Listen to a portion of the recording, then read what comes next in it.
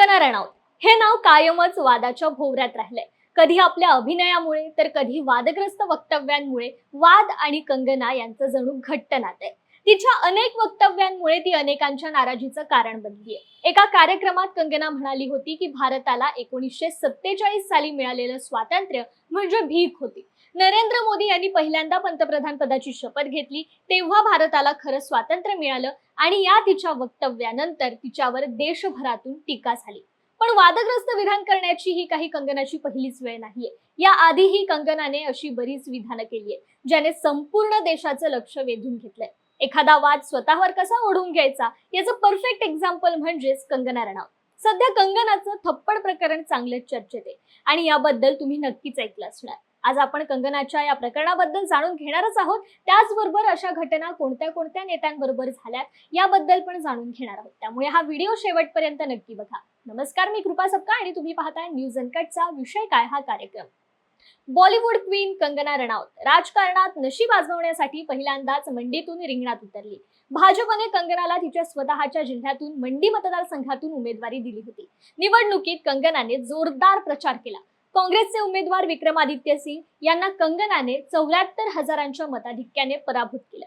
मंडी मतदारसंघात विजय मिळवल्यानंतर 6 जूनला कंगना दिल्लीला जाण्यासाठी चंदीगड विमानतळावर दाखल झाली असता तिच्यासोबत एक धक्कादायक प्रकार घडला, ज्याचा कंगनाने कधी विचारही केला नसेल.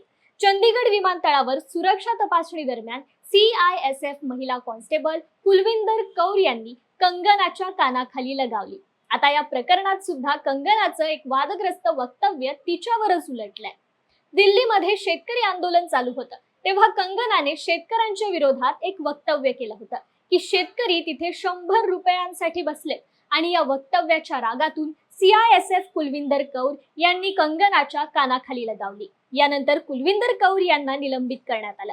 आता या सगळ्या प्रकारानंतर 2 गट पडले. काही जण कंगनाच्या बाजूने आहेत तर काही जण CISF कुलविंदर कौर यांच्या बाजूने आहेत.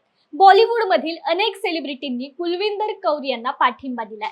काही जणांनी तर जॉब ऑफर सुद्धा दिलीये. पण या सगळ्यानंतर प्रश्न असा निर्माण होतोय की कंगना राजकारणात आल्यावरच हा प्रकार का घडला, राजकारणात यायच्या आधी का घडला नाही, असे अनेक प्रश्न उपस्थित होतात. पोलीस तपासामध्ये या प्रश्नांची उत्तरे नक्कीच मिळतील.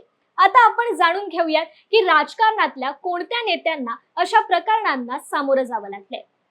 एक असा नेता ज्याला राजकारणातला बाप माणूस म्हटलं जातं. महाराष्ट्रात नाही तर देशातील राजकारणाचे वारे बदलणारा नेता म्हणजे शरद पवार. यांच्यासोबतही कंगना सारखाच काही प्रकार घडला होता.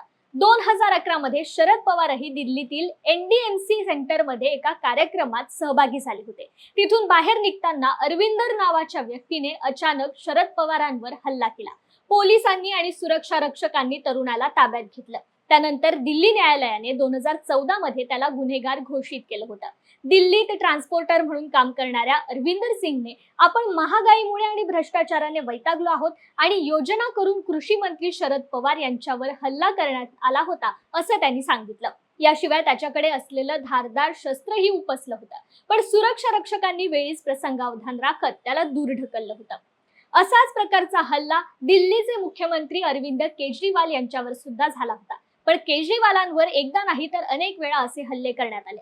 18 ऑक्टोबर 2011 साली लखनौमध्ये केजरीवालांवर जितेंद्र नावाच्या व्यक्तीने चप्पल फेकली होती. पुढे 2013 मध्ये हरियाणातील भिवानीमध्ये एका व्यक्तीने केजरीवालांवर शाईफेक केली.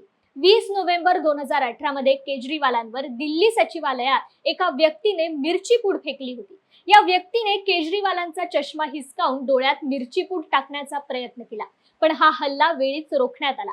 मधल्या काही वर्षात केजरीवालांवर कोणत्या ना कोणत्या कारणावरून हल्ले होत आले. हरियाणाचे मुख्यमंत्री भूपेंदर सिंग हुडा यांच्यावर सुद्धा 2 फेब्रुवारी 2014 साली पानिपत येथे एका रोड शो मध्ये कमल मुखिजा या व्यक्तीने त्यांना चापट मारली होती.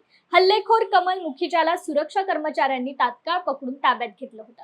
कमल बेरोजगार होता आणि राज्यात नोकरी न मिळाल्याबद्दल संताप व्यक्त करण्यासाठी त्याने हरियाणाच्या मुख्यमंत्र्यांवर हा हल्ला केला होता. काही दिवसांपूर्वीच 1 जूनला भाजपचे उमेदवार रामकृपाल यादव यांच्यावर गोळीबार करण्यात आला होता. मसौदीहून परतत असताना अज्ञात गुन्हेगारांनी त्यांच्यावर गोळीबार केला.